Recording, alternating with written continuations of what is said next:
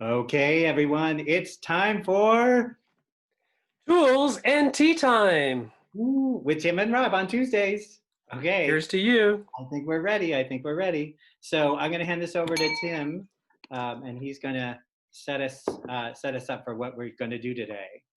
All right, so welcome back. Thanks for joining us. And we're going to follow that same format that we got going every week. And we're just going to change up the order a little bit this week. We're going to start out with the tool, a possible tool you can use for your remote teaching experience. Then we're going to go to the community check-in where we let each of you talk to each other and kind of share out what's going on and your thoughts about a prompt that we have. And then finally, we're going to go to our mystery special guest as part of our community share out, Michael OToole, and he sent us this picture of him. And I don't know, there's something that Robert and I thought were vaguely familiar about this picture, but maybe we'll figure it out as we go along here. Yeah. Okay, but we're going to start off with the tool. So Robert, go Oh, for it. okay. All right. I'll go with the tool here. So I thought that I would feature something from our imaginary database of fans. This is from Rodney. Rodney says, "Hey, Tim and Rob, given that I'm juggling so many new things right now, and what's a tool that's easy for me to adopt for both my students and for me in remote learning?" Rodney, thank you so much. That guy's a wizard. Funny, I swear. So what I'm going to do is I'm going to feature something called Flipgrid. Flipgrid, basically, if you imagine like you sent a prompt to your kids and you used your phone and you sent a prompt to them, and then they would you'd send them a prompt to record themselves on their video and send it to you. That's basically what Flipgrid does, but it's a platform where all this happens. So it's not really your phone. I just use that as a a reference for you to understand. Basically, I create a grid, which is in essence a box, a container, and this could be the unit of a classroom or a learning community, whatever it is. So I have a grid. I just named it something, and in that grid, I will have different topics. These topics are prompts that my students would send me recorded video recordings to me. So one of the prompts, for example, was just to say hello. So if you see, I'm going to get my little pointer here. If you see right here, here's the prompt for saying hello.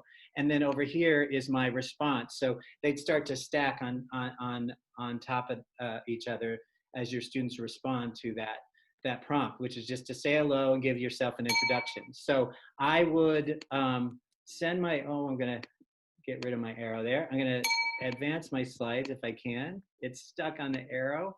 You get the mouse there. Okay, so I made my video of my hello, and I'm wearing that sweatshirt I've worn for 20 days. I finally washed it. You're welcome.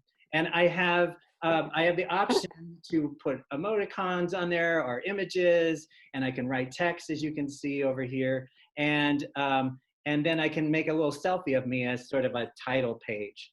And that gets listed in that topic, and then everybody starts to build their recordings. Now, you can do a lot of other things here. Here's my grid, and as I scroll down, here are my different topics. So if you saw right here, here's my hello for Flipgrid, and like I said, there's a stack starting with mine, and I would say hello. Here's some other ways you could use Flipgrid. This teacher had read from a great book, you probably know, Captain Underpants. So she read a chapter of it, and then she has a prompt. What other tools and tricks could George and Harold have used to fool Dr. Diaper? And so then her students would record themselves and respond to this prompt. And again, those would be stacked on top of there. Let's take a look at another one. Plate tectonics. I can have an image and have students respond to questions about that image. So these are questions about plate tectonics. Or here's another one where I just have a GIF to just add some interesting image. And this is recording a video journal observing the moon for the next month. So, that would be a good thing to do in this situation where we're in, where they can record the moon and give their observations. So those are some examples of how people use this. Let me give you some other examples here. Let me go back to my slides if I can find where I am on my slides. There we go. Some other examples that people are using. They're doing recorded check-ins with their students. So, and this is, in terms of making sure your kids are doing all right. And this would be a private recording that they could share with you. in terms of privacy, there's a gated way that people only with certain emails will allow to send things to you. You can learn more about this on the Flipgrid website. They have a lot of really good tutorials. Another example is students responding to each other videos. As soon as they get used to recording their own, you can set it up so that they respond to each other. A good thing you could try out is recordings of claims, evidence, and reasoning explanations, or making observations or asking questions that you pose, that students will pose to each other, and then they respond to that question. There's lots of tutorials there. I wasn't going to spend too much time on this because we've got a couple of discussions that we want to get on with, but that's just a taste of Flipgrid for you. And like I said, if you go to flipgrid.com, they have a lot of good tutorials. That's what I got for the tool for today. Well, thanks, Robert. And last week we were talking about the need that students have to feel seen and feel connected when there's this distance between them and you. And I think Flipgrid is a great way to let them video themselves and let you see them in action and respond to them. So I think it's a great tool. Thanks for sharing that, Robert. Super easy too. That's the nice thing. Super easy. What's that? Super easy. Oh yeah, that's always good. Tools that are easy when we're trying to manage so many new tools. Okay. So we're ready for part 2 of the tea time, which is that community check-in. And today's question comes from one of our people that's out there. I saw his name appear in our screen. Hi, Brian. And Brian Hostetler asked us this question. He said, it would be interesting for us to explore what happens when we're back in the classroom and what opportunities that would present with our students. So it's sort of the post-apocalyptic question. And so, Robert, if you can flip to the next screen. Oh, and by the way, everybody, we believe in hospitality. And as I said last week, feel free to get up and help yourself to anything in your own kitchen. We're glad you're here. So we're going to go right now to our breakout groups. And when you're in a breakout group, this week, our prompt for discussion is, what kinds of things have you learned so far in this sort of remote teaching environment that you will likely continue with once you're back in the classroom? Now, this can be as something as concrete as a certain tool or strategy that you've pushed yourself to adopt, or it could be more abstract. It could be like, how you're relating to your job as a teacher, or how you're relating to your students. And when you go back and you're face-to-face, what will carry over from that? Great question, Brian. So let's have at least one person from each of the breakout rooms share, if they don't mind. Christine, can you unmute your mic on the lower left-hand corner? Do you mind sharing out? And you can defer for breakout room 2. Sure, but someone else jump in if I've forgotten something. But the 3 people that were able to share talked about creating online programming and what does that look like moving forward, and how do we continue to use the online programming that we're developing. I hope I got that correct from Denver Botanic Gardens.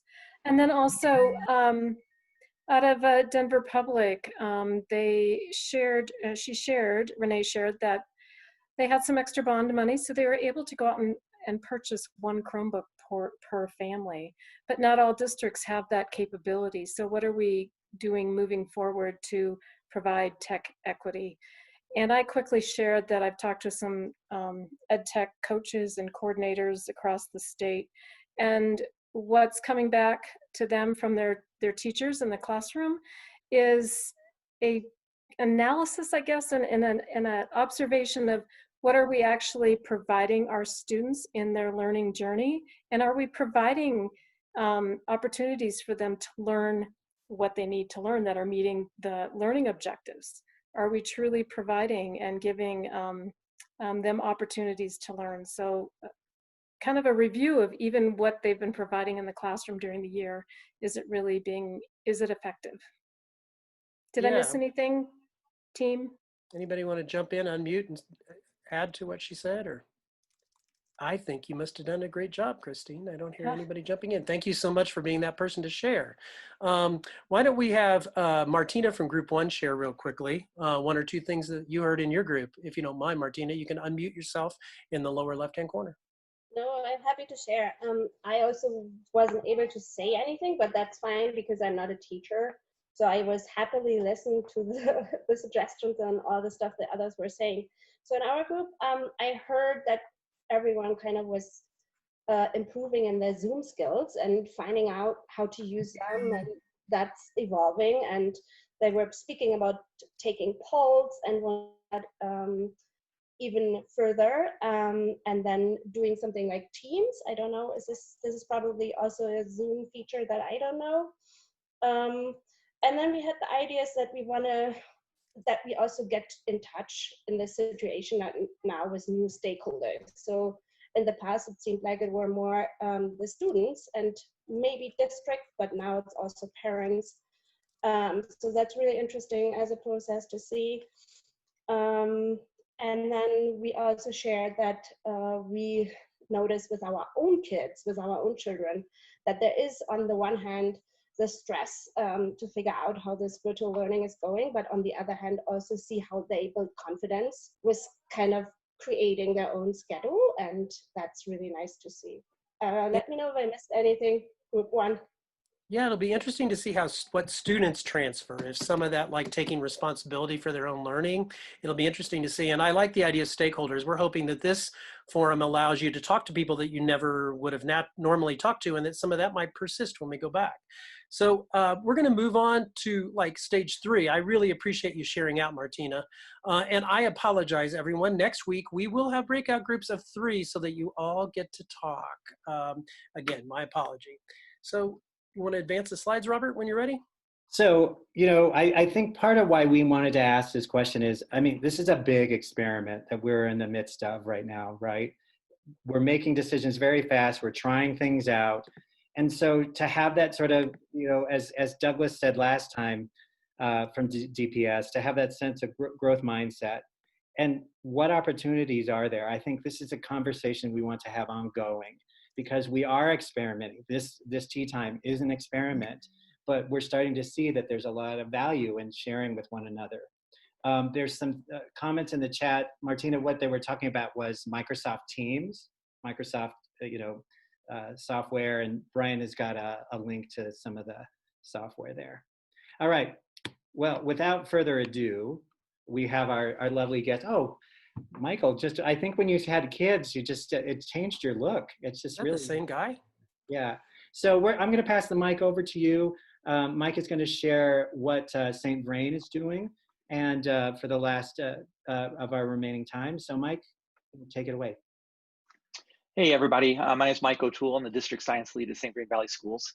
We're just north of Boulder. And I recognize quite a few of you online today. There's so many wonderful educators, and both formal and informal educators with us today, which is great.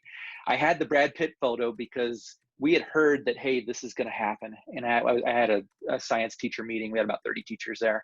And so I told them, we got to prepare for this possibility. And a couple of them were like, man, we could teach in our bathrobes, so never even have to get dressed. Maybe a couple other ones said, yeah, maybe even a glass of wine or two while they're grading and working with students. So it was really interesting. I was like, throw the Brad Pitt photo up there. But what I wanted to do today is to share, especially for the informal educators, what it's really is going on here in our district. And it's pretty similar across the board. I think a lot of people are experiencing the same thing. Some great questions Brian posed earlier. What opportunities are there that weren't there before? And then how do we help teachers now with the resources that possibly weren't there? And those are the 2 things that I want to share with you. Robert, can you advance the slide once, please? I had a pretty interesting hobby, and I have been doing this for years. I'm a high altitude mountaineering guide, and I've been leading blind and disabled climbers for years all over the world. And a good friend of mine, Eric Weinmayer, who lives down in Golden, he's the only blind adventurer who's summited Everest. He has this quote, and he started a group called No Barriers, which is very similar to Wounded Warriors, but what's within you is stronger than what's in your way. And we shared this with our teachers about 1.5 years ago. And it was very appropriate for this time that we find ourselves in now, because it's been quite remarkable as I look around K through 12, what these teachers are doing and how they're persevering over these obstacles using anything that they have. And I realize we're a little, I guess, privileged here in St. Vrain with the technology that we have that others don't. And so we're trying to use a mix of that, especially with the good number of families that don't have internet access at home or don't have devices. We always talk about in the district that teachers make the magic happen. And what I've been trying to do is just help them with all these wonderful tools that are out there. Initially, our goal this year was to move towards more three-dimensional learning and more of what the idea of teaching with NGSS is all about. And you see that here, this list on our right there. Science education will involve less and then involve more. This comes from the NGSS overview for principals. And if you haven't read it, it's pretty good. It's like a 2 or 3 pager that breaks things down and shows what we're hoping to see with this movement towards these new standards that the state of Colorado has adapted. And there's an NGSS parent guide, which has come in helpful because we've shared that with our parents as well. What we're finding with these digital tools in the last 3 weeks or so that we've been at this, we had spring break 1 week, so I guess 2 weeks of instruction. There's some wonderful resources that have been created that have allowed our teachers to interact and work with their students in ways they really hadn't before. We talked in our breakout group, Brian brought up a good question, and we were talking about how students have become more independent learners and the collaboration tools that are there. And so you see it on that list over there. Number 3, students discussion, sort of open-ended questioning, students reading multiple sources and developing summaries of information. And then number 5 there, students writing in journals, reports, and using media presentations in different ways than they have before because of the remote distance that we're dealing with. And so what we've been celebrating is how a lot of our teachers are being creative, using things like what was mentioned earlier with Zoom. We use Schoology, quite a few Nearpod, and then Google Docs quite a bit for small group collaboration. And we've really seen some interesting things taking place. Our goal in the district here is all about engaging students, getting them engaged and keeping them engaged. And our teachers have been really sort of working and embracing that in a good number of ways. But a good number of changes that are what we're seeing, I guess, is different. At least in my perspective, is I'm looking at our education model through a different lens, looking at different stakeholders. Everything that I've prepared was always for teachers and students. Now we have parents, at least for the formal educators, and then the idea of sort of independent students working along without the teacher guidance.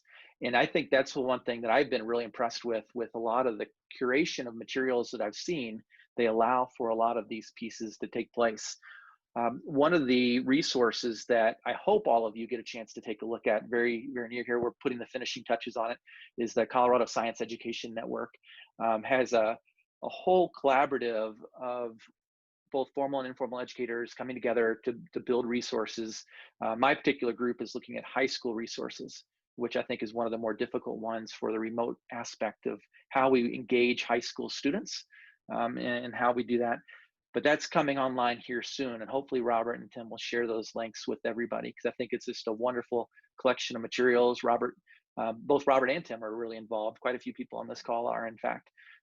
But those are the collaboration pieces that I'm most excited about after this, hopefully, short period of time that we're away, is that I feel that in the state of Colorado, since I've been here, the science community hasn't been this close in a long time. That we're really relying on each other, both formal and informal educators, and hopefully we can continue that and share some of the resources that we have. Even though there is some inequity as far as the technology and those type of things, we're, I think, all fortunate to live where we do in sort of the hotbed of the science community right here on the Front Range and in that area. Mike, I'm going to stop you. Thank you so much. I'm wondering if you could give a specific example. Let's get really concrete for a moment. How is it that you're seeing teachers moving into using NGSS? Is there an example of a collaborative strategy that you've seen that is something that somebody that's not familiar with that can adopt and get a better sense of what that looks like? One of the things a good number of our middle school and high school teachers have been doing is looking at citizen science opportunities in a way that they haven't before, because usually it was classroom structured. And if you had a couple opportunities to get out and actually collect data or to dive into those type of opportunities, then they were there. And so a lot of our teachers have been using more phenomenon geared concepts or ideas as a launching point to get students into actually collecting data or doing science on their own, but also those pieces that I mentioned there about journaling in different ways, media presentations, expressing student work in different ways than they haven't before. And then the collaboration pieces with their peers. So those are some of the small examples that we've been having success with. In some ways, sorry, I'm cutting you off, but in some ways, sort of that removing that face-to-face forces people to actually find ways to collaborate in ways because we're in this sort of scenario where you have to figure that out. You have to work with one another to get the information that you need, because there's that barrier that forces you to collaborate more. So exactly. Yeah. And that's the one thing that these teachers are really embracing as well, because quite a few of our teachers, they probably, if you would have told them 2 weeks ago they had to do this, they weren't really comfortable with that. But now they feel more empowered that they're having students respond in the way that they are, that are actually engaged, that are actually, some of maybe for the first time, really taking invested interest in their schooling in ways they hadn't before. And so they're excited about that, at least the feedback that I'm getting. Now, of course, we're not reaching everybody, but a good number of people we are. Yeah, and in the chat, people are saying, Brian and Maya are, I guess it's Citizen Science Month, so there's probably resources that are available there to highlight that. And Douglas has sent a link as well. Resource. Yeah. Mike, is there, I'm going to put you on the spot, but it'd be great if you had an example that we could share with other people, like a sample. I don't know if that's possible, and we don't certainly need that, this very minute or anything like that, but if you can find resources or an example, I think that would be really helpful for people. Oh, definitely. That's one thing I probably should have had prepared is some of the examples of the student work that we're doing. One of the things our high school kids have been doing is looking at some of the case studies that are taking place, especially around the virus itself. And so a way that I think has opened up, at least from my biology teacher's perspectives, looking at the idea of this curve and flattening the curves, bringing a lot more math into the areas that they hadn't before. Maybe I could share. I'm almost afraid to get out of here to share links with you, but I could definitely share them here in the very near future. Okay, that's great. Yeah. All right, everybody, let's use our reaction button to give Mike a round of applause. Everybody use the clapping hands. Yay, Mike. Yeah. If you want to stick around, Michael, bottom of your screen. Mike, if you have time to stick around a little bit if people have questions. Okay, great. Thank you so much, everybody. I want to remind you that, we're here every Tuesday. One of the things that we're actually going to do as a larger effort, as part of what Mike was talking about in terms of the Colorado Science Educator Network, is we're going to have a remote learning roundtables. We're going to have that on April 20th. Ellen Olson at Denver Water sent something out just to give you some general information. We're going to work out the topics very soon, and we will let you know more about that. So please attend that if you can. And just as a reminder, we're here every Tuesday for tea at Tuesdays with Tim and Rob. With smaller share-out groups next time. And I sent out a Padlet. I'll send this out again. This Padlet is to give you opportunity to give your feedback about what kind of topics you want to talk about at both the elementary and secondary level. You can either add to the Padlet or click on vote for the ones you like. All righty? Well, that's it for today. Yeah, thanks. We'll be sure to get some of these resources out to you too. I will stop the recording, and if you want to stick around, you are more than welcome to.